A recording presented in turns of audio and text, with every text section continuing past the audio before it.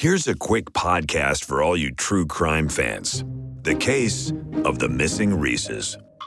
It was me at the store with my mouth. Motive? They're Reeses. What was I going to do? Stop myself? Tune in next time to see if I do it again. Spoiler, I will. Wow, that had everything. Reeses, suspense, Reeses. Last podcast on the left is all about the facts. So when Southern New Hampshire University came on as a sponsor, it was time to do some research. Turns out they offer more than 200 online degree programs, and get this, criminal justice and psychology are some of the most popular. Classes have no set meeting times, and tuition rates are some of the lowest in the U.S. Want to learn even more about SNHU? Visit snhu.edu/last. There's no place to escape to. This is the last podcast. On the left. That's when the cannibalism started. What was that? So I've been watching a lot of Fresh Out on YouTube. Have you seen this? What is Fresh Out? This show is about, it's a big, huge man that just, he's fresh from the penitentiary, and people send him questions to ask him about fucking, like, what's life like on the inside, and when you're locked up in a hoosegow. And I gotta say, man, you better be careful not to be a Peter watcher. All right, because you're going to get your wig split. If you're a chomo, you get your wig split. Oh, my If a shot goodness. caller comes out to the yard and you're doing your machina, even if you're in the middle of your machina, and he puts you out on a call, he puts you out on a work, and you're making pruno, you got to do something like that. You got to deliver up to the big dog, all right? And you don't roll up with your homies, man. You can get your wig split. There's so many ways. I can't wait to see you in part. You need to be incarcerated so bad. I would love to watch you in jail. All right, this is the last podcast on the left, everyone. I am Ben Kissel. That is Marcus Parks. Hey. I guess recently released from prison, Henry Zabrowski. You got to get your back up against the wall, so you only have to defend three sides. Also, you can make a shank out of a toothbrush. You can make a weapon out of a sock and a lock. It's called a sock and a lock. Okay, well, and that's Kissel, clever. I got to tell you this. That's clever. Honestly, Kissel, What? you would be such a big benchmark for them. You're such a big I floppy understand, benchmark for Henry. them This is because my number they would one go right nightmare. for you. Of course they would. And the rooms are 11 by 6 for the most part, so I couldn't even lay down either direction. Anyway, we're They'd on have to call you, but think about it, Kissel. What? They'd call you like the question mark. Oh my God! Because of what it I'm would all do to your crooked. spine. Yeah, exactly. I would look like royalty with spina bifidus. All right. Let's get to the Enfield. Let's get to the Enfield Poltergeist Part 2. It's only spookier from here. Now, we picked the story back up in December of 1977, just 3 months after the haunting began and 16 months before it would end. Wow. And things would only get worse for the Hodgson family from here. The poltergeist appeared to be getting more powerful. As with the iron grate of the fireplace that we talked about in the last episode, the one that almost hit the little boy in the head. Oh, yeah. The poltergeist opened the metal door of the refrigerator so hard that it hit the Hodgson stove and left a large dent. Now, do we know for a fact that Norm from Cheers wasn't just drunken in their house at midnight? No, he's an American. It was Mr. Belvedere. Oh, I see. I apologize. But it would do innocuous things as well, such as when it lifted a pile of folded clothes off the kitchen table and tossed them 5 feet away to the floor, still neatly folded, all in the plain view of Gross, Playfair, and the family. And you would believe the oak crumbs were heard across the neighborhood. There's also, poltergeists are very naughty, but not evil. Yeah. That's the thing we talk about all the Right. time, is that when you cover poltergeists, is that they normally do things that are very kind of like mischievous, when they just do it to annoy you. Very juvenile, huh? It's very juvenile. It's like, and they say it's like there's a child in the room, except you don't want it to be sitting on your lap. Definitely not. Wait, do you want children to be sitting in your lap? Why would you go down this road, Marcus? Of course. He's got I'm a just tiny, saying I weird don't want Polish it lap. to. I do not want it to. All right.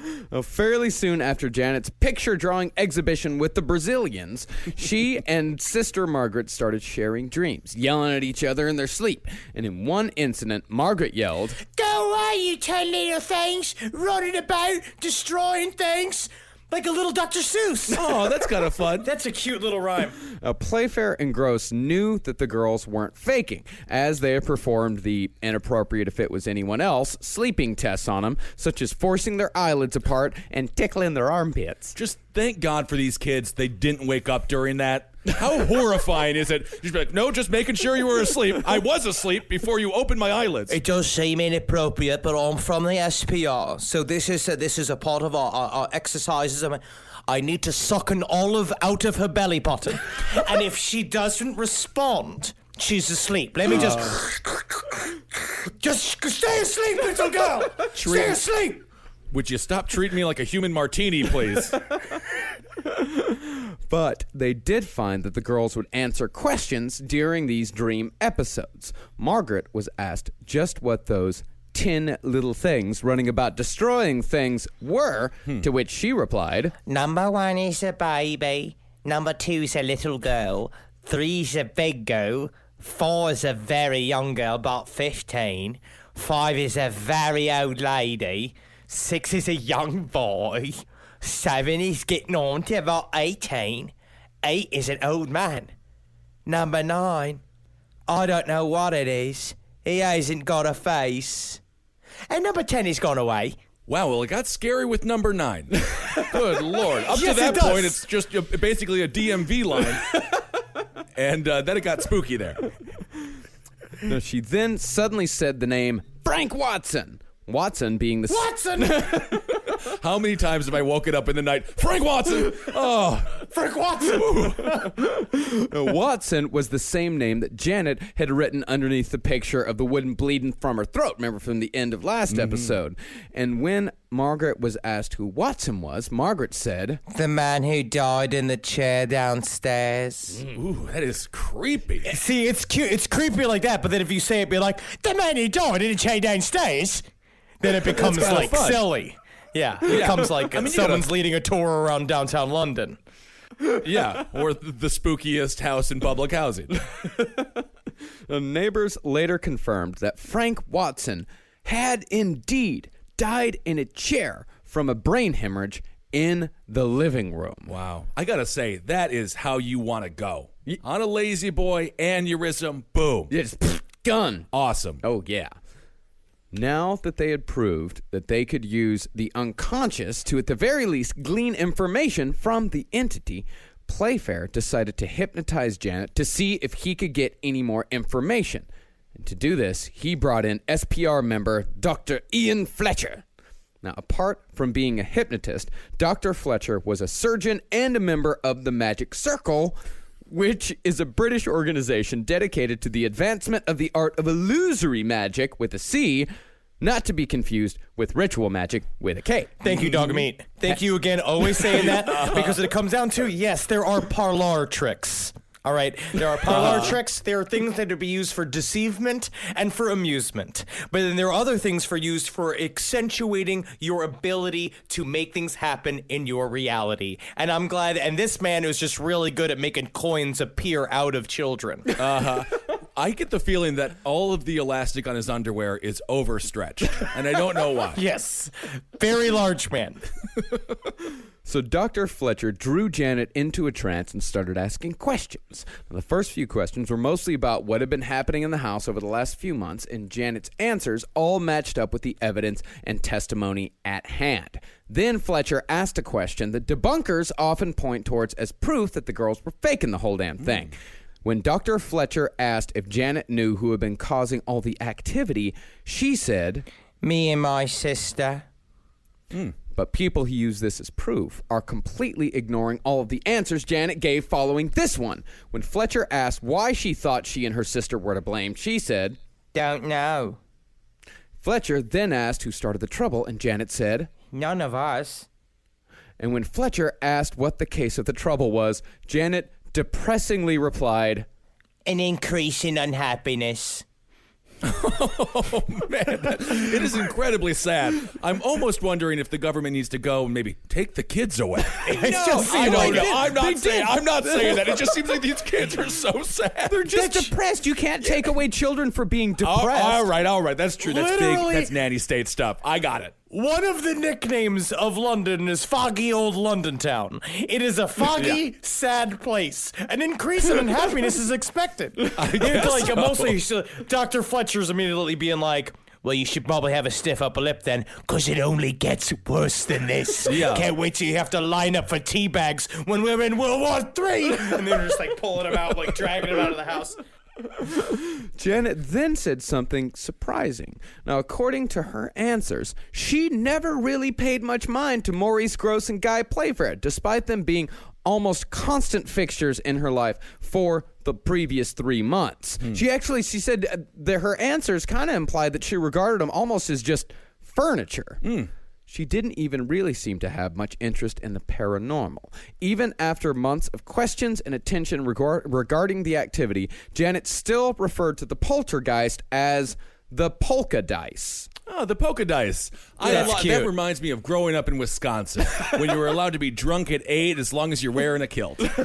Poltergeist is a really fun. It's a really fun dice game to play, unless you get snake eyes, and then you have to blow old Uncle Gorski. That's not good. Oh, we used to wear a lot of lederhosen growing up. You wouldn't believe it. Did you? Oh, yeah, we had a full lederhosen as a family. Really? Oh, we have a family picture. Oh, my God. It's adorable. I have to see it. Oh, we'll show I it have to to you. see it. Yeah, we were a cute family. Did you come? Were they like handed down from family? No, I think they were bought specially for us kids. Part of assimilated into our German culture. You didn't have to scrape the little S's off of them. Thank you, Henry. Well, really, we're talking about Guy Playfair and Maurice Grosse being regarded by Janet as merely like pieces of furniture, just something that she has to deal with. But this is only like 3 months into the whole thing. So as we talked about in the last episode, Janet kind of treating these guys as father figures. They were around for for almost 2 years. So it could be that relationship developed as time went on. And as we'll see, that relationship does in fact develop. Now, following the hypnotism session, the entity began bending spoons, as was the style at the time. In the late 70s, a self-proclaimed psychic named Uri Geller got famous for going on TV and bending spoons, seemingly with his mind. He currently uses this power to sell cornflakes in the UK. It's sort of fake. This is one of the more fake behaviors in the entire haunting is the spoon bending. Yeah. That is a thing that I think that she watched on TV and she did because they had very thin silverware because this was working class United Kingdom. Yep. They are not, they did not have the heavy china. Yeah. Isn't the Queen's like silverware there. And this is like 1977, so shit was really, really bad in the UK at this time. So the poltergeist, or Janet, depending on who you ask, took a cue from the spoon bending craze and started bending spoons all around the house. Peggy Hutchin actually saw it happen with her own eyes twice, with each spoon bending in exactly the same spot so they fit together perfectly. That's the interesting part about the spoon bending. But that's also if you believe Peggy Hutchin. No, it was very exact. And also, it's the same thing with the notes possibly left by Janet, that kind of shit where it's like, it's a very complicated hoax. Janet needs to be some sort of like a genius when she goes to sleep. In order for this to work. You know what I mean? Like, she was a very strange little girl. Yeah. You wonder if, there's a spoon bender in town, but then someone comes in bending sporks, and then that guy's out of business. But sporks are usually plastic. Because then they're Tougher to just bend, unless you got a lighter. Well, this right here, after the spoon bending, this is when the infamous voice began. Now, as we said in our last episode, when the Hodgson family was on holiday to Clacton-on-Sea, Peggy had been awoken in the middle of the night by the sound of a dog barking coming from her children's bunk beds.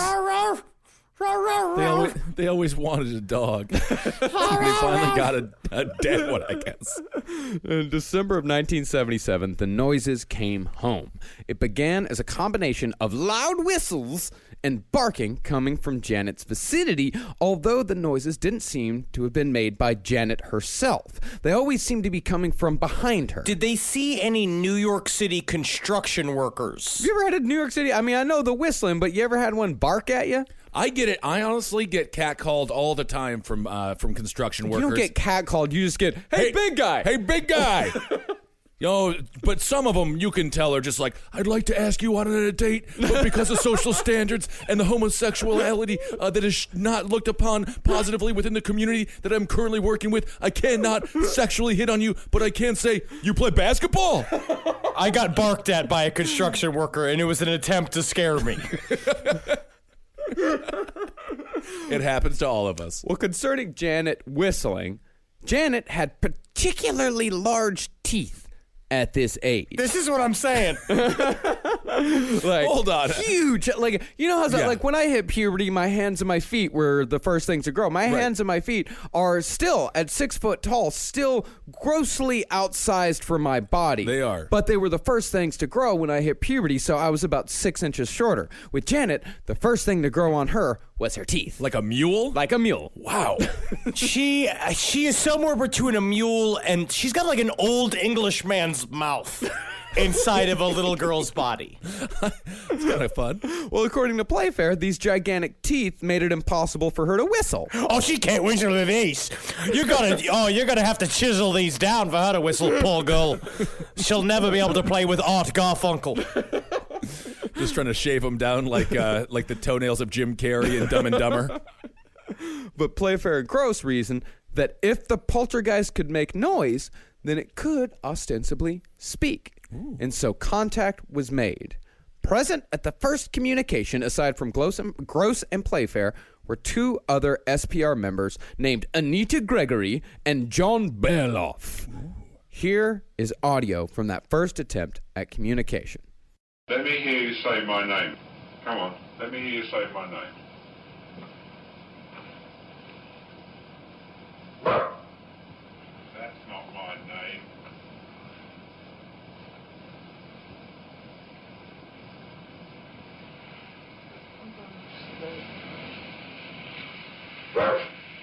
Come on, my name's Morris. Let me hear you say it. Morris. Say Dr. Belloc. Come on, let me hear you say that. Come on, let's hear you say Dr. Belloc. Could you close that door down? Say Dr. Belloc. What is it?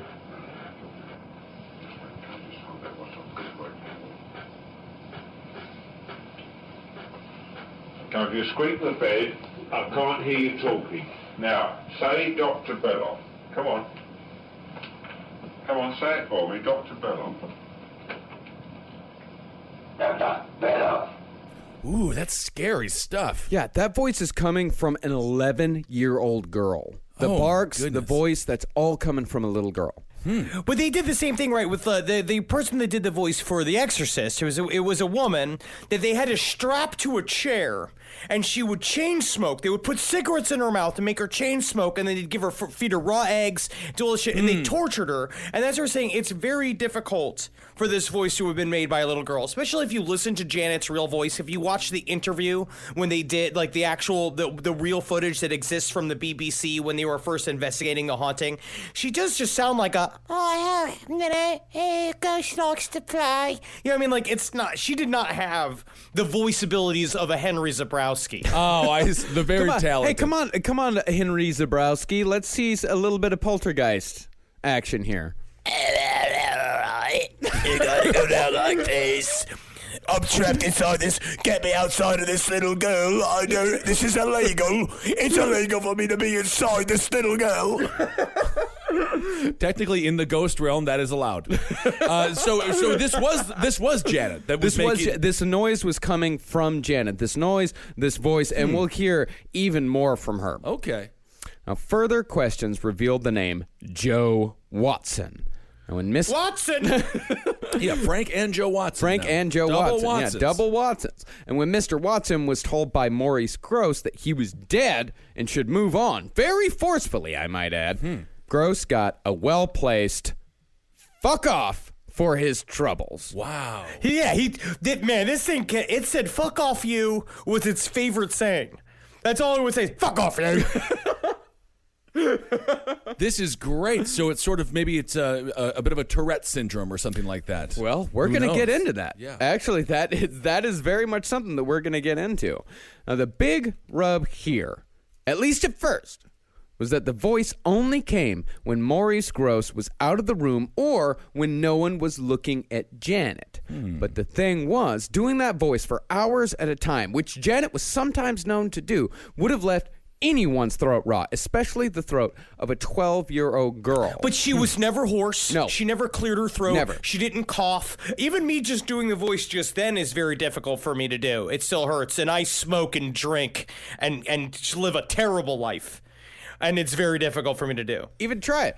Like, I can try it. Like, oh, I'm a little girl that smokes cigarettes. I never want to hear you say that again. I smoke cigarettes. Good Lord, you all sound like Carrie Fisher right now. And even that hurt my R.I.P. Ben, R.I.P. Love Ben, Carrie you try. Fisher. You try. You try Poltergeist voice. I'm a little girl that smokes cigarettes all the time and drinks Modelo's, and I hit on tall men when I'm working construction sites. Oh, no! Hey, got any gum? No. Got any gum? No, either Janet was getting secret ventriloquism lessons after school, or Never say that again. there was even If you're a parent of a kid though, and you're just like, they're not coming home on time after school, what's going on? They smoking weed, they're smoking cigarettes, doing dope, and you're just like, secret ventriloquist lessons. This is worse than we thought. Wait a second. Are these racist puppets? Jeff Dunham? What is happening? either it was that, or there was something even weirder going on.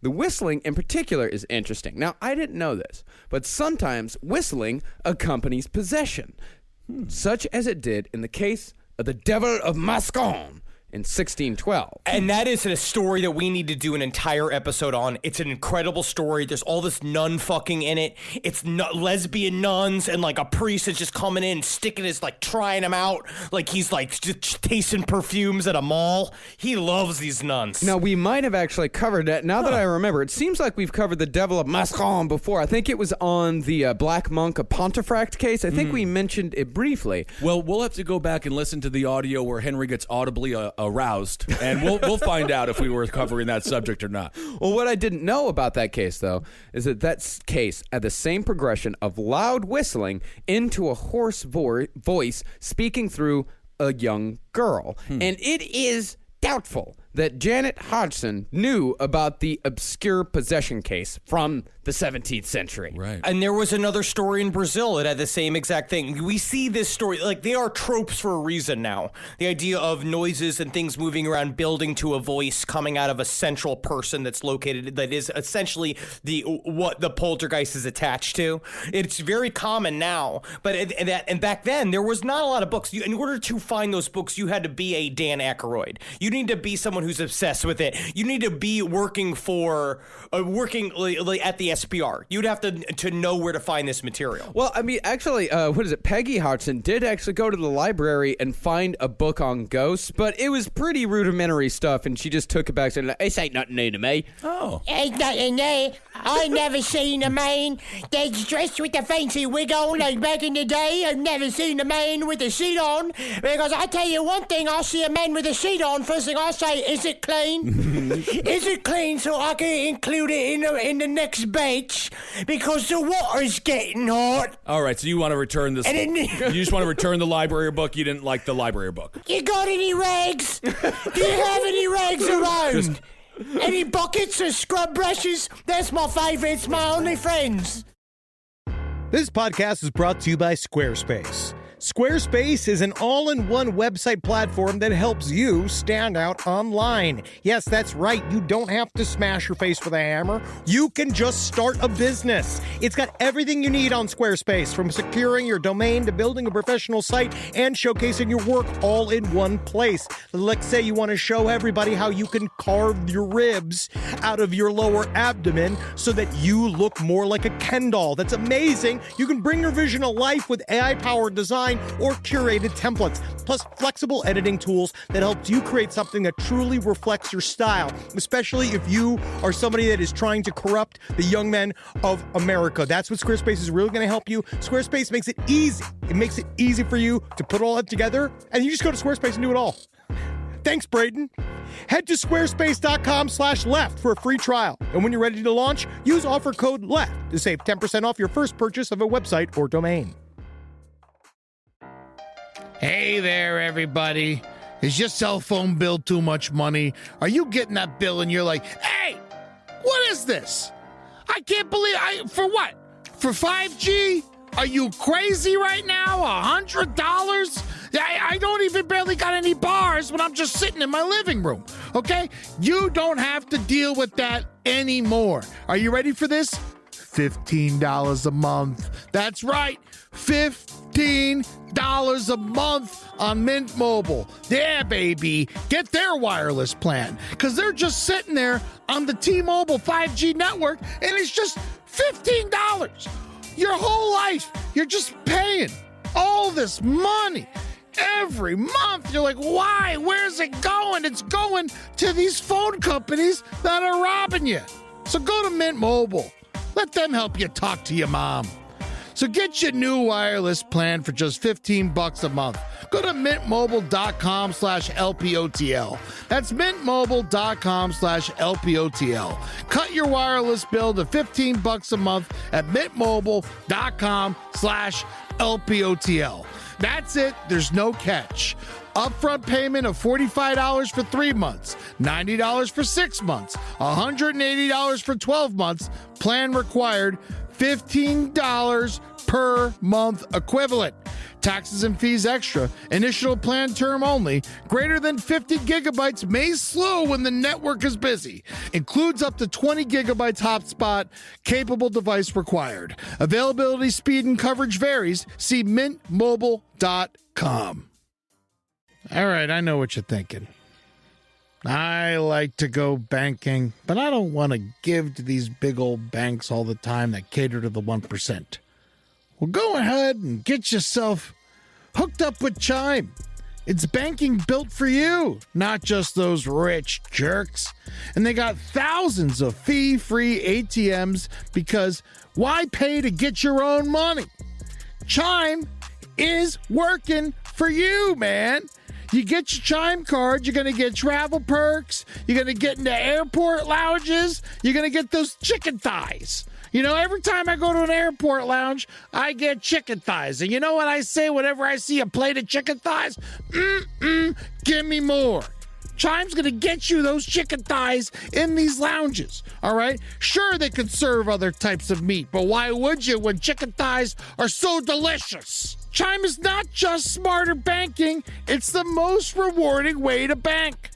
Join the millions who are already banking fee-free today. Head to chime.com/left. That's chime.com/left. It only takes a few minutes to sign up. Chime is a fintech, not a bank. Banking services for Chime Card provided by Chime's bank partners. Optional products and services may have fees or charges. Stated cashback for Chime Prime only. No minimum balance required. Checking account ranking based on JD Power Survey published October 20th, 2025. For more information on travel perks, go to chime.com/disclosures. So the day after the first communication, Gregory and Ballarov, who were present at the Bark Bark Run Rum. Is that the world's dumbest bar? Bark Bark Rum Rum? Yes. They wrote a note to Playfair and Gross saying that the girls were most likely hoaxing everyone and had been from the beginning. And this would be a common occurrence in this case. People would show up for a day, sometimes no more than a couple of hours, make snap judgments, and declare the whole thing a hoax.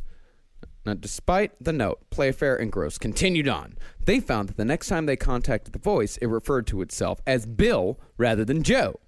And Joe said the reason why he was repeatedly throwing Janet from the bed was because that was where he slept. Oh. Now, this falls in line with Peggy's claims that she had seen bed sheets fly off the bed, followed by the indentation of someone sleeping on Janet's bed when the girls were off at school. Now, Playfair tried various tricks to see if he could get Janet and the voice to talk at the same time. He got Bill in a sing-along to Daisy Daisy, and Playfair said that Janet could switch from her own voice to the entity's voice without missing a beat. They started singing Daisy Daisy. What's Daisy Daisy? Daisy Daisy. Oh, I see. Give me your answer really true. It's a British song that everybody knows because they're forced to know like 20 songs. In the UK, you know, drinking songs, you know, fighting songs, you know, fucking songs, you know, little kid songs that you get them to sing while you're fucking and fighting. And you know songs what I mean? Like, about daisies, yeah.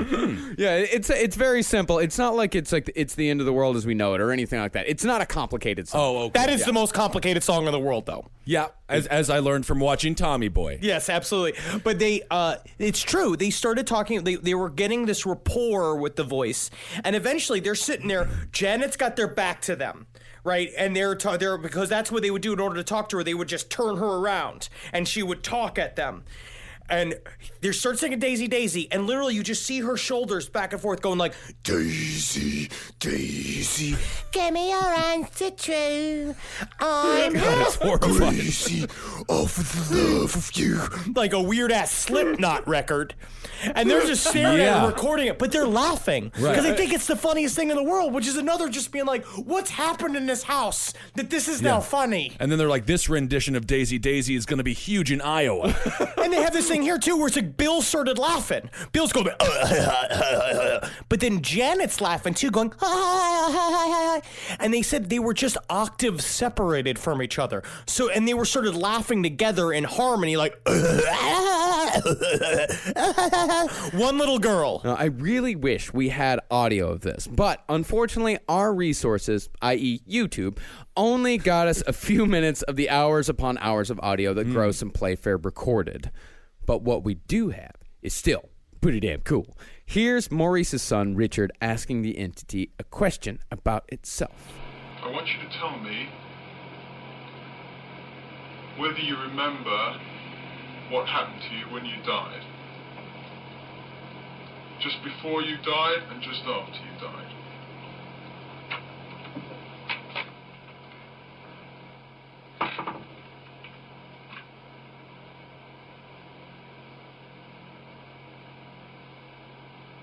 Days before I died, I went blind. Then I had an hemorrhage, and I fell asleep, and I died in a chair in the corner downstairs. Jeez. So that's coming from Janet? From an 11-year-old girl.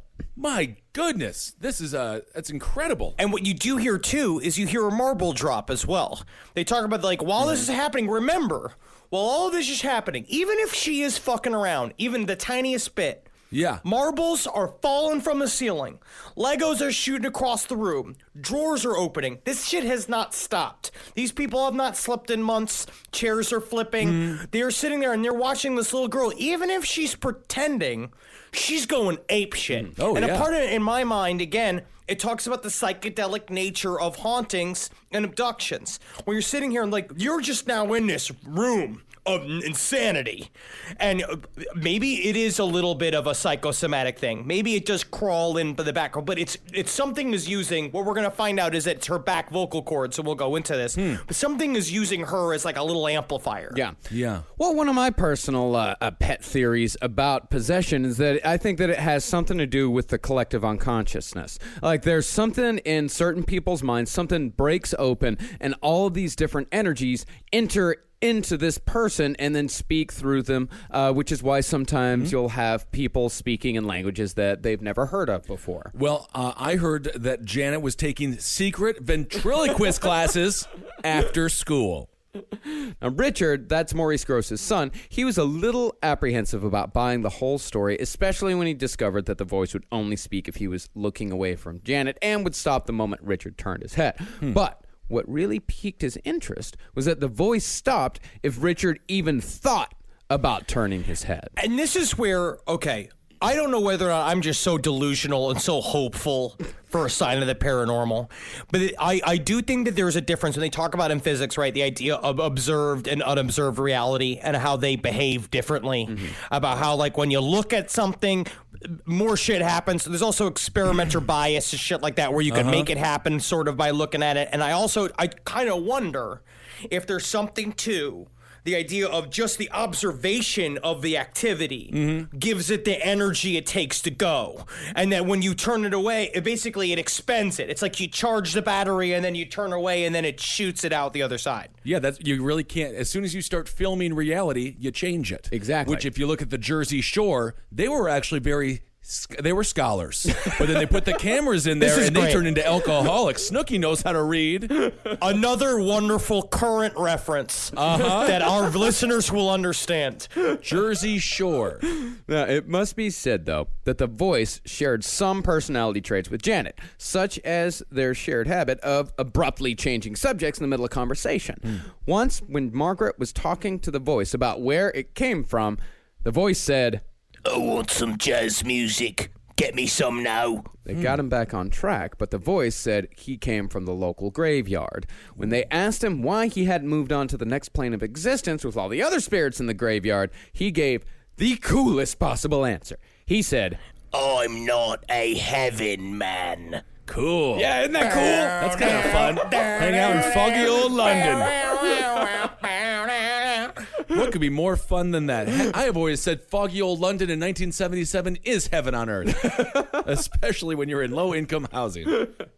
Now, there is one other incident in particular that points towards Janet being the sole source of the voice. On December 14th, 1977, Janet officially flowered, if you know what I mean. I know what you mean. Do you get what I mean? Which is totally wonderful. And we know that. She had a public ventriloquism lesson. I think that's a good thing to call it. But why do you call it a public ventriloquism lesson? I don't know. I don't know. Maybe we're not the experts on this subject. What do you think vaginas do during menstruation? Again, Marcus, why tease the question? Why even tease the answer? I want to know what he thinks happens. All right. Well, I know that what happens is that on a very special time when a girl is just grown up enough but not grown up enough, a little doll inside of her wakes up like, and says, "Mommy, mommy, mommy, time to paint the legs." Is that a good way to say it? And then she gets out her crimson and she gets out her ruby reds. Is that true? No. I'm gonna go with no. But I like the idea. Eggs come out. Yeah, I know eggs come out, and then the lining is also just kicked out of the house like it's a 17-year-old punk. Yeah, started doing drugs. Yeah, started being a drummer in a band. Well, the night that Janet first flowered, as gross, Actually, when you say flowered, it's worse than Henry's terrible description. I don't think there's anything wrong with me saying flowered. The way you say it. Anyway, that's fine. Well, that night, as Gross, Playfair, and an SPR colleague named Hugh Pincott were having a discussion with the voice suddenly asked, "Why do you girls have periods?" Playfair and Gross tried dodging the question because they did not want it to... You explain it to me now. You explain why is it happening. But after it became clear that the voice wasn't going to talk about anything else but periods, Pincott, because Playfair and Gross refused to talk about it, despite Gross having a grown daughter, Pincott went into the room and explained it all in great detail. So this is obviously Janet's sex ed, a strange sort of haunted sex ed class. Yeah, well, yeah. Because why would the ghost care about periods? Yeah, especially on the day that Janet first got hers. Unless maybe the ghost, the ghost had no sex education growing up. I would imagine maybe it was a lonely old man. Janet got her period, and the ghost was like, "Oh, what's going on here?" So now we have a ghost living inside of it. Yeah. So the ghost is in there. So he's just like, "What? It got leaky inside of the vessel that he was in, which is Janet's or something." Yeah. Honestly, I think it's weird that she didn't have to go to health class at Spooky University. I just feel there's no reason for that. She had to talk to paranormal psychologists about her first period. Yes, she did. She had to talk to a man named Hugh Pincott. Go to the doctor. Well, no. You see, I'm Janet now. What happens is that I'm a woman of a certain age. How do I put this delicately? Your body is changing. Well, both Janet and the voice listened very closely without interrupting once, and that was something that neither Janet nor the voice ever did. They were both pretty bad about interrupting. But Playfair, of course, he was a smart guy. He thought it was a little strange that the voice would ask about periods on the same day that Janet first got hers. But when he asked the question, the only answer he got was a curt "fuck off." Oh. Honestly, it's a very... Playfair did kind of figure out, the two of them looked at each other, and he walked in, he's just like, it just seems to be very interesting that you would ask why you need to know about periods and all this, and being like, straight up being like, are you Janet? Are you Janet? Are you just being yourself? Or Janet talked to us, and then she went, "fuck off," and then like had a seizure and then went to sleep. I think that's what I would do the first day I had a period. Have a seizure and then Tell go to everyone to fuck off. Yes. Fuck off. But it does seem that there is a connection between the old menstrual cycle and poltergeist activity. Definitely. As the haunting reached a new level soon after her period began, because that is when the levitation started. Ooh. So yes, like the voice, nobody actually saw the levitation in full as it was happening, but there is still circumstantial proof that it happened. David Nottingham, the neighbor, gave Janet a red pen after she told him that she'd been levitating. He told her that if she levitated again, she could use the pen to draw a circle around a light fixture that would be impossible for her to reach otherwise without loudly moving the bed across the room. And as soon as Nottingham left the room and closed the door, Janet nonchalantly said, I'm levitating. Okay. David tried to open the door to go inside, but he found that the door wouldn't budge. And when he finally did open it, Janet was back on her bed, and the ceiling had a red mark right where David had asked her to make it. Cool. He was right outside the door, and if she wanted to move the bed to make the red mark, she would have had to drag the bed across the floor, get on the bed, and then jump up off of the bed to draw a mark. And of course, the mark would have been messy as hell. But Nottingham said that the circle was very neat. But even though David didn't see it with his own eyes, 3 other witnesses in the neighborhood outside the house that very same day would see something themselves. Janet said that after she made the mark, she had passed through the wall of her bedroom into that of her mother's, saying it was all white. When Peggy went to check her room, she found a copy of Janet's book, Fun and Games for Children, on the floor. Scary. Even though she was sure she had just seen that book in Janet's bedroom just prior to the levitation incident. David decided to test the entity's matter transfer abilities because he was thinking, it's like, okay, well, maybe Peggy's mistaken. Maybe little Johnny left the book over in the other room. So David Nottingham said, all right, pass this big red plastic cushion through something. It's got to be much harder than a little book. And the entity said, all right, Davy boy, I'll make it disappear. And no sooner did David walk out of the room that Janet called out again. And when David walked back in, the red cushion was gone. Ooh. So where did it go? Where did it go? Where did it go? Where did it go? Where did it go? Where did it go? Fuck off. Why is the cushion talking? Well, that's where the witnesses come in. A neighborhood tradesman who knew there were strange goings-on at the Hodgson house was walking down the sidewalk looking in their general direction. He said one moment there was nothing on the roof, and the next, the big red cushion appeared without anyone opening a window. Then there was the crossing guard and her friend. They also saw the cushion, but in addition to that, they said they saw through the window Janet bouncing up and down, briefly appearing, then falling again. Only thing was, she was bouncing up and down on her back, horizontally, about 2 feet above her bed, as if someone was lifting her from her shoulders and feet. Now, debunkers say that Janet was a sports star and very athletic, which she was. She's 11. She was a gymnast. Okay. Oh, I know, but there's a Dominique Marciano was like 13. Remember Dominique? Remember Dominique Marciano? 11-year-olds. I don't. Yes. Well, you remember your 13-year-old desires? No. Yes, children in China age out of being gymnasts by the age of 9. You know what I mean? Like, this is when they're most springy. And I suppose it isn't impossible for a 12-year-old girl to be able to bounce 2 feet in the air on her back off a thin mattress. But if she was able to do this, along with everything else, along with the voice, along with all the objects being thrown around without anybody seeing them, by making objects appear and disappear in other places, she had a hell of a career in show business waiting for her if she was able to do all that. I completely agree with that. Even if there are no ghosts, the story itself is incredible with just Janet being an amazing performer. That's right. She did have an incredible SNL reel. Like, she would have been amazing for the show, like a regular Kate McKinnon. But I also think that there is maybe the body is being manipulated by a spirit to do certain shit. Maybe she is bouncing up and down on the bed, but it's almost like a maniacal, she's attached to it, and so your body is then allowed to do something that normally it would not be able to do. Sort of like what we talk about with ritual magic and shit like that, where it's increasing her abilities almost.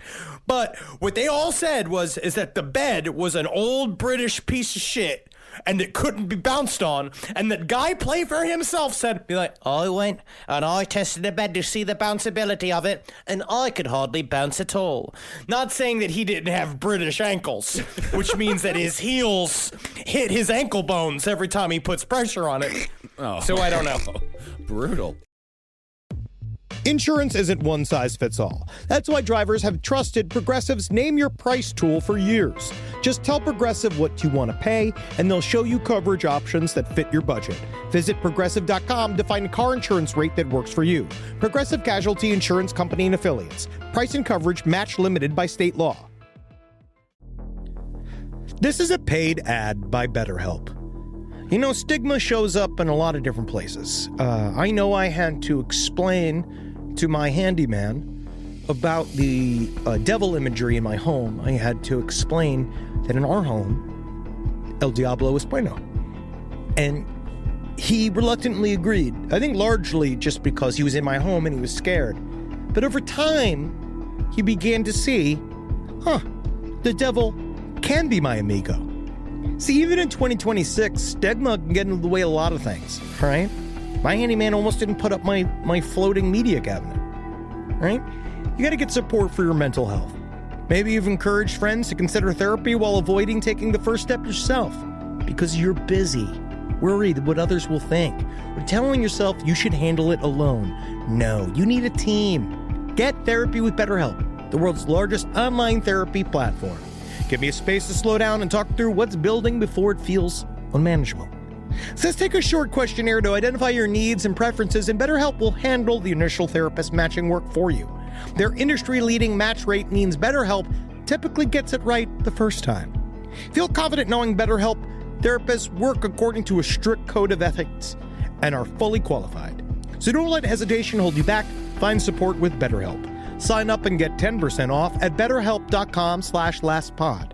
That's betterhelp.com/lastpod. It's obvious we love true crime, but it does make us feel a little paranoid about what's out there, as it should. And that's why it's so important to get a home security system that gives you peace of mind. With Simply Safe, you can stop crimes before they even start using their AI-powered cameras to identify threats on your property and alert US-based live agents to take action. Like arriving in a helicopter in the night, coming down from the helicopter, zipping down and breaking through the windows with their big axes, and going through the house, ripping through the walls, finding the criminals. It's easy to do. Simply Safe has been a game changer for us.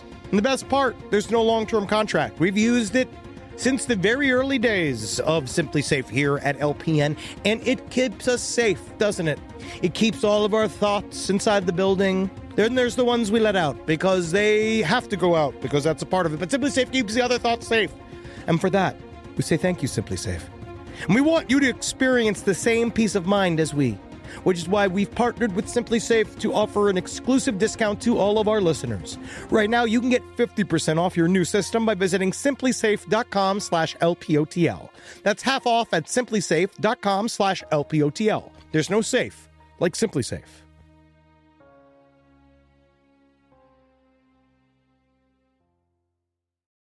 Well, speaking of show business, it's time to enter the magician. Yay! Okay.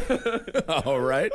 So by this point, the Enfield haunting was becoming known far and wide in paranormal circles around the world, and word had reached all the way to the Society of American Magicians. Yay! They sent a magician investigator named Milbourne Christopher, who was put on the case by Dr. Dingwall. British people. Dr. Dingwall is never going to fail to make me laugh. No, it's Dr. Dingwall.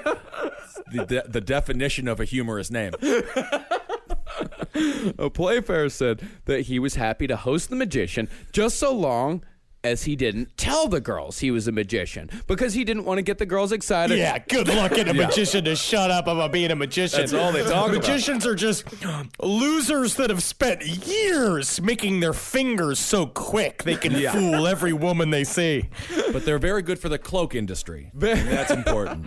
But very good. Contributing to the economy. That's right. But within minutes of the magician meeting the little girls, Milbourne just started showing them card tricks. Oh, God, they can't help themselves. it's a regular old Chris Angel. True TV would give him a show. Oh, yeah. Now, there is some debate between Playfair and Milbourne as to what happened on the evening the magician spent at the Hodgson house. And according to the magician, there was a commotion-filled night in which he didn't actually see anything happen with his own eyes. There was a lot of hubbub. Uh-oh. There was a lot of crashes. There was a lot of booms, a lot of bams. Wow. But he didn't actually see anything with his own eyes. It all happened when he was in a different room. Then, after the girls were put to bed and Playfair went down into the living room, the magician stayed on the staircase. Weird. Yeah, a little odd. He said Janet appeared at the top of the stairs and, in the words of the magician, I produced a flare of light in the air. And when Playfair asked him to elaborate, the magician said, Yes, a flash of light. It's a magician's thing. You wouldn't understand. It's a magician's thing. Oh, I see. The magician said that after he produced the flare, Janet hurried back to her room without saying a word. And he used this incident to prove Janet was only coming out to see if the course was clear, and had the magician not been there waiting for the little girl, she would have just thrown something down the stairs as further proof that the poltergeist was still active. This is a fun house to be a kid. No, you have a little kid that no longer has a father, that already has two other weird, strange men essentially living with her in the house. You bring another man whose job is trickery in the house that they've just met, and you say, everybody go to sleep. He then sits on the stairs. Instead of where everybody else doing normal shit, he sits on the stairs just staring upwards. You'd think maybe it would probably disturb the sleep, and you'd want to turn around and maybe take a look at what he's doing, rather than wonder what he's watching you do. You're a little girl, and you just see a man with a top hat on, with a feather sticking out of it, with fancy shiny shoes on and a tuxedo on, just at the bottom of the stairs. Just light and flammable paper and throw it in front of his face. It's an illusion. Go to sleep, little girl. Don't worry. Look, you see how I make my... Oh, my wand is now limp. Now see how I make my wand hard again. Go to sleep, little girl. Well, the tape recorder told a different story than the magician told. During the earlier commotion, Janet's bed had collapsed, so she was staying in the spare room by herself. And after she had gone to bed, the voice started up. The voice said, Get out, or I'll double shit to you. You get stuffed. The ghost is right. Janet is correct. Get out of my house, magician and two other dumpy weirdos. Double shit to you, magician. Get stuffed yourself, you dumb, stinky magician in there with your big coins. Your big coins and your squirty flowers. What are you, Jackie Zabrowski? That's a funny inside joke. That is funny. That's not even an inside joke. That's a Round Table of Gentlemen joke. Please go listen to the Round Table to hear more about Henry's sister refer to her vagina as a squirty bird. That's right. Yes. Janet was then heard after double shit to you. She was then heard calling out to Maurice. She got out of bed and she went to the stairs, scared out of her mind. She's looking for new daddy. Sure. Now, the magician was indeed waiting for the little girl on the stairwell, but it was not the silent encounter he described. Instead, Janet started talking at him about how she didn't like to be alone, but the magician, being American, couldn't understand Janet's thick accent. And after a feeble attempt to communicate, you can hear 3 soft pops on the tape recorder, presumably from the weird magician's powder that he used to create the flashes. So when he runs into awkward conversation, because there's a transcript of this in This House is Haunted by Guy Playfair. There's a little bit of a transcript because it's him just being like, I don't like to sleep alone. And he's like, what's that then? I don't like to be sleeping alone. I don't like it. I'm alone in there. And he's like, oh, you know, we dogs love a bone. Absolutely. Banks always give a loan. You know what I mean? Like, just saying, like, random shit, like, trying to act like he understands. And she's like, no, you don't understand. So, moment of silence, and then he just goes, Kazam! He lights a thing on fire just to end the conversation with the foreigner. That's actually Three times. That's a great way to do it. He keeps doing it until she runs away like a stray dog that's growling at it. It's the only magic trick I've ever wanted to learn, and I think it's just owning matches. Yes. Oh, yeah. Janet is then heard on the tape recorder running back to her bed, and where she says to no one in particular, quote, "He's gone mad." Literally just say, "He's gone mad. I just got nuts. He's gone mad." Okay, so Janet possibly possessed or faking to be possessed for going on, what, 8 months now? Quite a few months now. Is judging the magician? That's how bad magicians are? Magicians are the worst. Well, the point is, nothing was disproved here. It was just a magician who didn't know how to deal with a 12-year-old girl. Yeah. But that didn't stop him from saying that the entire Enfield haunting case was fake. And it doesn't stop the debunkers from using his testimony as further proof that it was all a hoax. The debunkers actually use the magician. This magician said it was fake. You can't, by definition, trust a magician. Well, they said that he's an expert in trickery. And if the expert in trickery says that it's wrong, then the trickery must be a hoax. That's a trick. Yeah. When a tricker says a thing is a trickery, he could be tricking you into saying it's a trickery. You can never and then he trust lights a match and slowly walks out. Yeah, never trust a tricker. Never. So the experiments with the voice continued. They taped Janet's mouth, filled it with water, wrapped a scarf around her face. God. But nothing would stop the voice. Even when they did all three at the same time. Well, we've tried waterboarding her. All we got was some government secrets. Nothing about the ghost, though. Now, now this may seem controversial. Okay, and I mean this as a scientist and as a researcher. But what if I were to sit upon her face? I will continue to wear me underoos attached to my anklets that attach to my socks. I am fully clothed even when I'm nude. I am British. So it is not skittish or perverted for me to sit upon her mouth and see if she uses me as, say, a trumpet or a trombone. Well, they also did a couple of scientific tests on Janet's throat.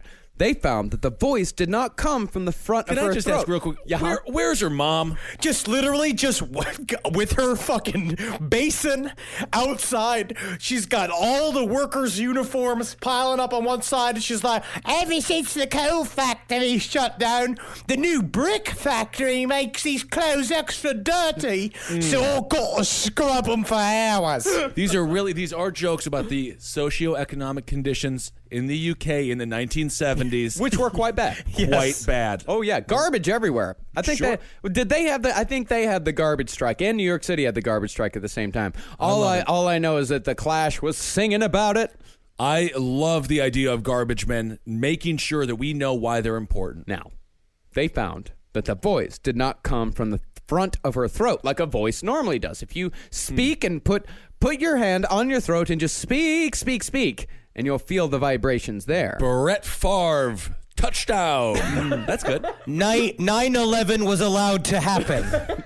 9/11 was allowed to happen. I can feel it in my throat. Yeah, sure. Yeah, you can feel it. But Janet, when the voice spoke, it came from the back of her neck. Now, this isn't impossible, but it is a strange thing for a 12-year-old girl to know how to do. It's a thing here called plica ventricularis, which is a thing that you can train. It's false vocal cords. They sit in the back, and they say that you can access them, but they're very, very difficult to use. And also, they get less lubrication than the front vocal cords, so they get hoarse really, really quickly. So it's very interesting the fact that she could do it for hours and hours and hours. Essentially, she'd have to be like the Neo of ventriloquists to be great at this naturally. Okay. Yeah, she is the Neo of this whole story. Oh, yeah. She is the one. She is the one. So around Christmas, the entity started getting even more aggressive. The Hodgsons' well-loved goldfish were found dead in their tank. And when the family noticed what had happened, the boy said, I done that. And when Gross asked why and how, the voice replied he had electrocuted the fish by accident using quote-unquote spirit's energy. Which Maurice Gross then said, that is proof that poltergeists work on electricity. Yeah. And then a part of it, it's like, because they did find these things dead. And it's the thing that makes our meat jump as human beings. I could not keep a goldfish alive that I got from the carnival for more than 48 hours. Well, yeah, no one can keep carnival goldfish alive. No one can. Because they're designed to live for a day. Is that right? Oh, yeah. Well, I fed it a lot. Yeah. It had one good day. Well, after the goldfish died, 2 days later, on Christmas Day, Whitey the parakeet turned up dead in his cage. Oh, my goodness. That is so sad. Parakeets are the worst animal on the face of the planet. No, they're always We used to have them for years. They're awful. They're awful creatures. They're dirty. They're mean. They bite. Birds are terrible, terrible pets. Birds are scary. Well, later that day, the entity attacked Janet herself as she was sitting by a window by wrapping curtains around her neck. And a couple of days later, it happened again. This time, the swish of the curtain was caught on the tape. And this wasn't just it was the curtain squeezed. They were trying to strangle her. We should talk about this, too, because that is very compelling photo evidence of the curtain. When you watch it, it is in a really unnatural formation. It is completely curved around, because you remember we had a timed camera in that room watching them at all times. We'll talk about, honestly, the levitation pictures that you see they look obviously faked. Yes. They look like she is jumping for the camera, and I think that is completely normal. I think that is because as a little kid, they even talk about all the time. Maurice Grosse and Guy Playfair are like, Janet plays tricks all the time. We know she does. There's certain things that she does that are genuine though, and they're part of the levitation all the time. thing. They actually said that she played tricks like very, very few times. But her jumping was just trying to get somebody to believe her it was happening. Who is a better levitator? Shinrikyo, the leader of Shinrikyo, Shoko or Janet? Asahara. Yeah. Shoko Asahara. Yeah, because he was using his butt cheeks to do it. He did it with his butt. Okay. Yeah. Now, that whole incident with the curtains, that happened 6 more times. But thankfully, it was never enough to seriously injure Janet, at least physically. Mentally was a different story. This woman seems like she is afraid of everything. She is fucked up. When you see her nowadays in the interviews, don't look at the extras on the DVD for Conjuring 2. No. The stuff that we found, like the recent one from the BBC, the one with her and Guy Playfair, and she just looks haunted. She's the same, like literally being like, you don't understand what I went through. Yeah. I had something inside of me for a year. Why? Why did you go into your mother voice? Did I? You don't understand what happened. You don't even understand. That's what happens. I have her just below the surface. Oh, God. I was like watching. I did the same thing, watching the footage, being like, that poor girl. Oh, that's just a shame. Oh, wow. It is a shame, and I like whenever you do your mother's voice, you grab your chest. Always. My mom, where do you think Jackie got it from? Oh, yeah. Grabbing her tits all the time. My mom does a weird thing where every time she does like a caring voice, she holds her breasts. All right, so Janet doesn't allow any curtains in her house anymore. Absolutely not. And the poltergeist, it seemed to take on different personalities, or it was actually different energies working together, if you believe the 10 naughty things list. Soon after 1978 came, the voice, calling itself Fred, told Peggy that she should get rid of a bag of knives that she had brought out of storage. These knives had, just like the furniture she'd already thrown out, belonged to the family of the man who had murdered his daughter down the street a few years previous. Get rid of the knives. Get rid of the knives. Get rid of everything. All of the knives. Why would you say this? You got rid of the furniture. You got rid of the useful shit. We'll keep Why the would weapons. You keep the knives. We'll keep the sharp things that could do the most damage. We'll keep them in a bag. Yeah, why she got rid of the furniture and not the knives is anyone's guess, especially after the furniture already proved to be haunted. They like their jams. They like their spreads. You can never have enough knives. Think about how dangerous the furniture has become.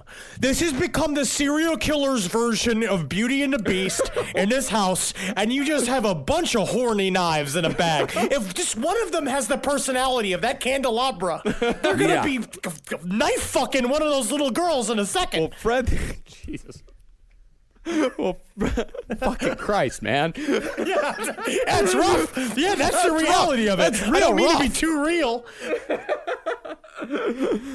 Fred said if Peggy didn't get rid of the knives, Tommy, another entity, was going to do something dangerous with them. But as Peggy had just had a long day, she didn't pay Fred any mind and kept the knives right where they were. And the next day, as Peggy was in the kitchen, she heard Janet say from upstairs, There's a knife following me around. And seriously, it's just like, be our guest, put ourselves to the test. And the stabbing continued. Yeah, and Janet said that the knife was dancing around in front of her. That's kind of fun. And of course, Peggy went upstairs to look, and she found nothing. But when she walked back to the downstairs area, she found one of the knives she had just put away in the kitchen drawer on the stairs. Wow. Get it out of there! Get it out. So was it like a situation where they moved in and like, this house is not yet a home until they saw the bag of knives, and then they're like, now it's a home. No, it's good. We must have a bag of lethal weapons around at all times. Now, and Peggy, man, she was long suffering. Yeah, she's not having a great time. Her children are going crazy. She's got a bunch of random weirdos, including a magician in her home. Oh, just wait until you hear what happened on her birthday. Oh, tell me they went to Outback Steakhouse. No, I don't think they did. They didn't? No bloomin' onions, huh? Well, on her birthday, on January 15th, 1978, that day would take the Enfield haunting from the realm of a horror movie over into John Waters territory. Ooh. That's the day the Dookie started. Yep. What do you mean the Dookie started? Well, I'll tell you what I mean when I say the Dookie started. Did Edith Massey show up on their front door and start eating eggs or something? What's going on? I'm just going to say right here is that once that Dookie gets started, it's hard to get the Dookie to stop happening. Oh, I see. Lots of Dookie. Okay. Well, that evening, Margaret said that she had just used the bathroom and was leaving when she felt a tap, tap, tap on her shoulder. Uh-oh. And when she turned around, she saw that someone or something had taken a turd and written the word shit on the wall with it. Oh, my goodness. I guess that's its name, huh? Maybe it is. It does sound like they're being haunted by G.G. Allen. Yeah, it could be. And a few days later, when Margaret was again in the bathroom, Mrs. Hodgson was hit in the small of the back by a Duke wrapped in toilet paper while she was sitting in the kitchen. I got to say, I'm at my end here. All right, my bonnets are getting thinner. My feet are crooked. No. I went to the doctor. He said I got zigzag toe. And I'm like, what's that, doctor? And he's like, we're going to have to smash your feet and reset them. And now I'm getting hit in the smalls by a little pepper pot in a toilet tissue. Oh, my. A Dookie attack, huh? Oh, a Duke attack. Now this ghost is really getting serious. Oh, yeah. And then when Peggy inspected Margaret's hands upon Margaret's exit from the bathroom. Let me look at your hands, you dirty little fucking imp. You're playing with the dookies like some kind of, like, what, you got a performance artist? They were clean. Well, hands clean were hands, totally clean. I guess most of the poop was Let on the me wall. suck on them to see. I'm going to taste them to see if there's any Duke on there. Well, Peggy was satisfied that Margaret wasn't the culprit. She said, "Believe me, she couldn't have done that without getting in a mess. Margaret's not very subtle." Okay. But there was some evidence of the girls interfering. Playfair said one day his recorder went missing while it was recording. He found it about 30 seconds later, and the tape showed without a doubt that it was Janet who moved the damn thing. Playfair's thinking was that since he spotted it so fast, since it was such a poor attempt at a trick, it showed that Janet was actually pretty awful at that. And she confessed almost immediately when Playfair confronted her with it, and proven herself to be an awful liar. But the voice did gain some believers. A speech therapist who came to check out the whole hubbub said that she had to admit that she couldn't figure out how Janet was doing the voice, especially, well, she could figure out that it was like false vocal cords coming from the back. Voice, but who's throwing the poop? Well, the Poltergeist. Oh, it's the Poopergeist. The Poopergeist. The Pooper. Oh, my God. Poopergeist. Oh, my God. Look here. Looks like we got ourselves a Poopergeist. It's a Poopergeist. Poopergeist. I am going to take a Poopergeist soon. Okay, good. I have drank half a bottle of concentrated cold brew this morning, and I am like a musket right now. Well, the thing that the speech therapist couldn't figure out was how Janet was doing it without getting a sore throat. Right. Then the fire started. Ooh. On one occasion, smoke started pouring from a kitchen drawer. And when they opened up the drawer, they found a scorched box of matches, although no matches on the inside had been lit. Cool. Oh, yeah. And after this, they decided to try their luck with another medium. This time, they tried a regular Joe named Gary Sherrick. Mm-hmm. Sherrick was an amateur poet who didn't take any money for his services because he made a good living as a London taxi driver. The spirit medium thing, that was just his hobby. He did it for free. Sure. This is something I gotta tell you, all right? I'm a guy named Jerry. Thing I'm best at? Sitting and watching. Anything can happen. I sit there and watch it with a photograph memory. I'll watch anything. I'll watch you take a shit. I'll watch you kill a dog. I'll watch you suck on the toe of a shoe. I'll watch anything. Anything you got for me to watch, I'll watch, and I'll remember it. I'll watch you lick a cat on its asshole. Yeah. I'll watch you do anything. Well, he's got the mind of a poet. Oh, yeah. That's good. Well, Jerry said he got the impression that a horrible old woman who had lived near Spitalfields Market was haunting the girls. Oh, Spitalfields is a real place, Ben. I know it is. It's just like, you always wonder how these towns got created, how their names got created, and be like, where are we? And someone's just like, Spitalfield, because I just spit. Get it? Well, they said that it was possibly a horrible old woman who would live near Spitalfields Market that was haunting the girls. And when Jerry asked if they had ever smelled rotting vegetables, they replied that they had. Of course. Jerry, like the others, didn't really do anything with Janet besides the whole healing hands business, but he did teach Margaret how to do battle with the entity. He did not say how he taught Margaret how to do the battle. But it seemed to work for her. I get the feeling it involved balling up human dookie and throwing it against a wall. It just sounds like another secret ventriloquism lesson. Are we done with the poo-poo segment? Because this is a huge... I'm really focused on the poo-poo stuff here. No. We ain't done with the poo-poo. Okay, you got more poo-poo coming. All right. Poopergeist. Well, the healing hands seemed to work just like it had with the two mediums before, for a couple of weeks at least. But when it came back in a storm of faces. So many faces. What was that? A storm of what? Faces. A storm of faces. A storm of feces. Faces. That's how scientists say it. Faces. Oh, my goodness.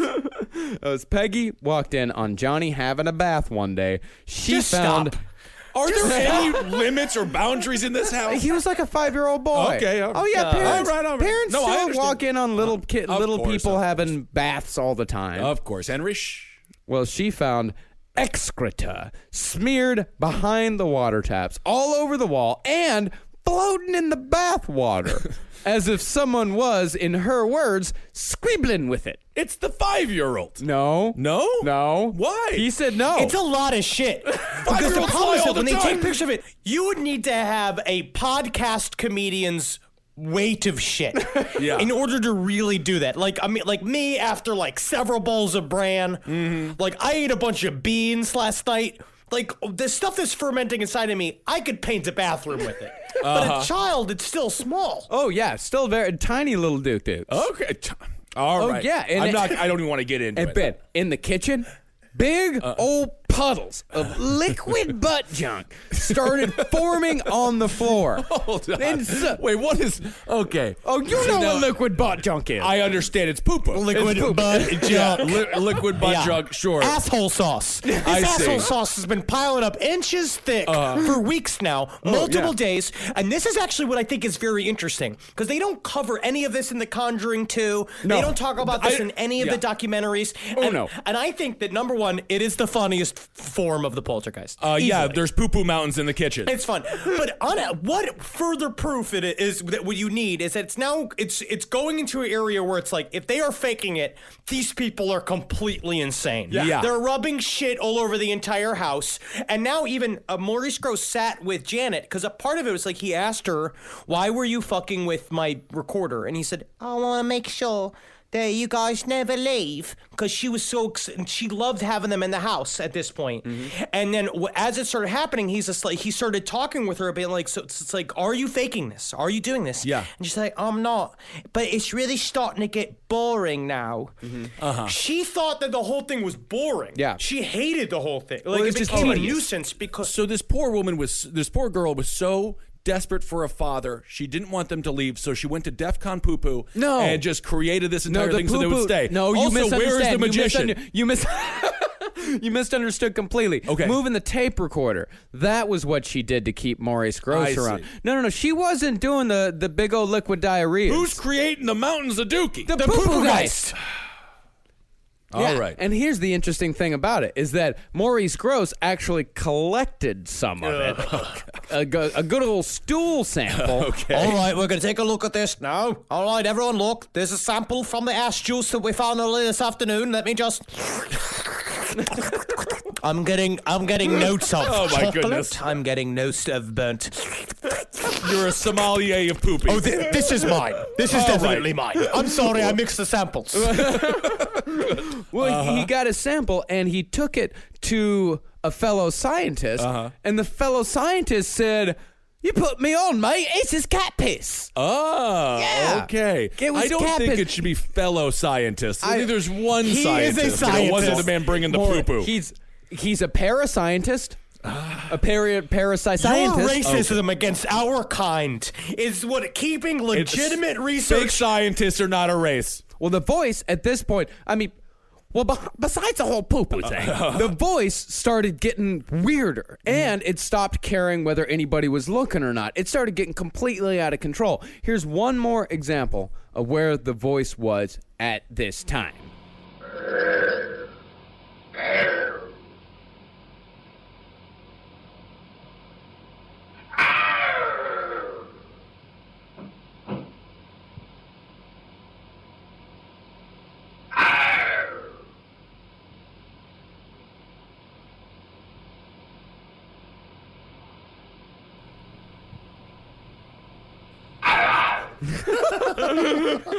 Yeah, it's kind of fun. Yeah, it's kind of fun. No, it was like that old episode that we did. Is like possession or angry cat. Yeah, that could go either way. Yes, it's pretty sweet. And now when they're looking at her mouth, they're saying they're looking at her face and she's making these noises and her mouth is like going like, it's like slightly twitching. It is coming from her, but it's this weird ass thing where like, how is she making this noise over and over and over again for weeks? Right. Now, this is when George Fallows of the Daily Mirror showed back up to check in on the family. But when he saw how much worse and how much more disgusting the case had gotten, he decided a follow-up piece was in order and assigned a reporter named Brian Rimmer to the story. Name's Brian Rimmer, and I gotta tell you, I love the taste of pennies. I use them like mints, just ding, ding, ding, ding. I love it. I like leaving my mouth red with rust. Now, is the poo-poo cleaned up?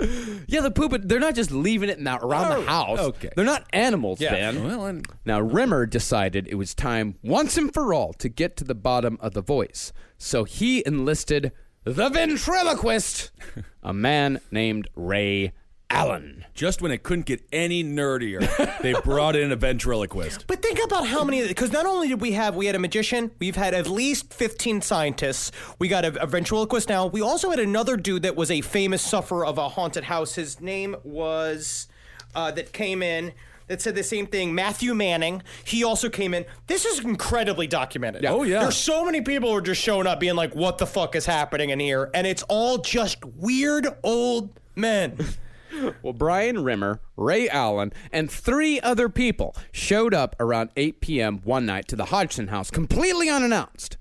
After the visit, Rimmer called up Guy Playfair and told him that Janet had confessed to faking the voices beginning to end and that she had told the ventriloquist that she had used her diaphragm to do the voice, even though they had already proved that the voice was coming from the back of her neck. And Playfair immediately went to the Hodgson house to hear exactly what had happened because he was pretty damn sure that Janet didn't even know the word diaphragm, much less what the hell a diaphragm was. And she, again, had a different story to tell, just like with the magician. Wow. She said that when the ventriloquist started talking to her, she just zoned out and just started nodding because how many people have come to talk at this little girl and to ask her question after question after question? And she just stopped paying attention to anything that she said. And also, that's kind of what a lot of 12-year-old girls do when you talk to them. They don't listen. And when a ventriloquist talks to you, not moving his lips, trying to be all sneaky, I mean, of course I'm not going to listen to that. It's all lies. Now, according to Janet, she hadn't heard a word he said.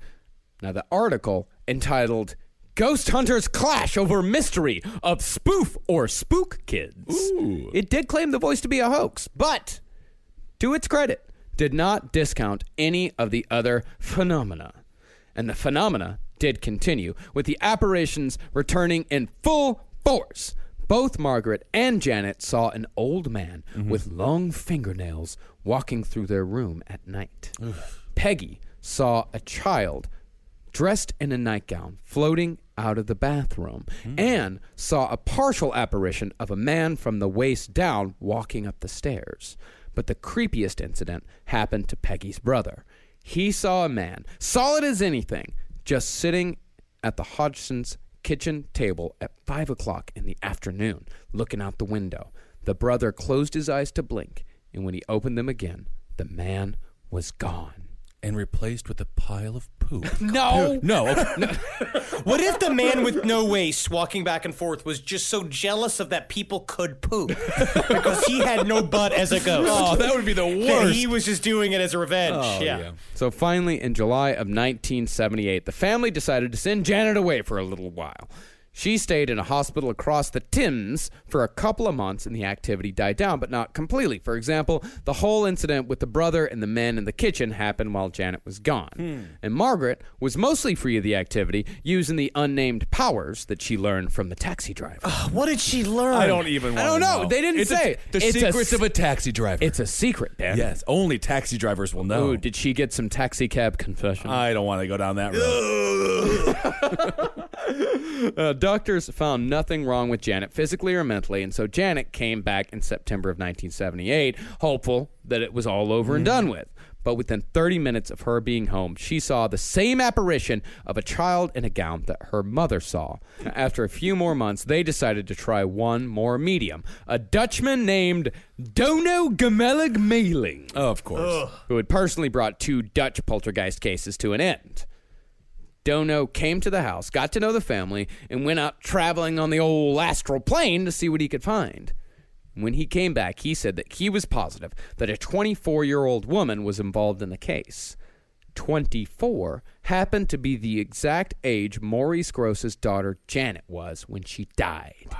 Now, whether or not this whole thing was caused by the spirit of Maurice Gross's daughter, we'll never know. In fact, we'll probably never know whether poltergeists are the spirits of the dead, free-floating puberty energy, or something else entirely, at least not in our lifetime. What we do know is that soon after Dono Gemelig Meling identified the poltergeist as Maurice Gross's daughter, the hauntings tapered off and soon stopped altogether. You can always trust a Dutchman. And this is very similar to other cases. If you look up the Reutenberg-Roca case, it's very, very interesting. There's so many other poltergeist cases that are like this. We talk about, the Black Monk of Pontefract is one. There's also the Bell Witch case. Also talks about this a lot. All which that we could do whole episodes on. Yeah. That are all very similar. All right. Well, this is the Enfield Poltergeist. I got to say, Conjuring 2 could have been a lot better. It really could have been. All these characters, unbelievable. The only difference is that the ending is not very dramatic. It's mostly like it's just going to be like, well, that's your poltergeist then. Finding out it's the 24-year-old daughter is a huge reveal. It's a pretty big reveal, yeah. The Conjuring Part 2 never even goes down that road. No, it absolutely doesn't. They should. Because that's how Maurice Gross started it, and it could be argued that that Janet Gross began haunting the Hodgson house in a bid to contact her father because her father was contacted very soon afterwards. There's a lot. It's a very complicated case. A lot of ins, a lot of outs. It's very complicated. But I also think, and what I think is really nice, though, is that Maurice Gross stayed with the family. He was close with them for the rest of his life. I think he died in 2007. Guy Playfair was also close to them. It was a nice support network. Yeah. It turned into a little family. Yeah. In the end, it's like Maurice Gross got something out of it, too. Like, he got a daughter again. He got to be with these kids, even though they're a little simple and a little strange. Family's family. I don't think simple is the right word. There's very complex. Oh, it's very complex. Oh, yeah, very complex. And I think Janet was a lot more clever than people gave her credit for, and Margaret as well. But the thing is that Janet is the only person who will give interviews. None of the rest of them want to talk about this at all. Well, but in the end, really, this case is like it. Okay, so now that you've heard the whole case, Ben, I know you were skeptical at first. Kind of sweet, right? It's kind of sweet. I also believe the Queen is a horrible monarchy, and they should have treated these individuals that had lower income much better. Oh, it was the 1970s. Oh, my goodness. All right, yeah, very good. Sweet family case. But this is, to me, one of the most convincing cases of the idea of just activity and what it means. And it's not necessarily some spectral, like, I don't know about the personalities involved in terms of, like, Bill and Joe Watson and all those kind of things. But I think that there's obviously something happening, and it just proves that there's more to consciousness and how it affects reality than what you'd normally believe. And scientists are just on the verge of it. I was just watching a thing, a TED Talk about how, like, essentially we trip making, like, reality's a hallucination, bro. That's it, buddy. Some TED Talks are better than others, but TED Talks are very good. Yep. All right, everyone. Well, thank you so much for listening. Let's see, Marcus, what should we talk about here? We got the Patreon. Of course. Thanks to everybody. Thank you all so much. Thanks to everybody who gave to our Patreon. If you feel like we deserve a little bit of a donation, patreon.com/lastpodcast on the left is a place to give. Of course, we appreciate every single donation. Yep. Even $1 helps us out. We got a bunch of live shows coming up.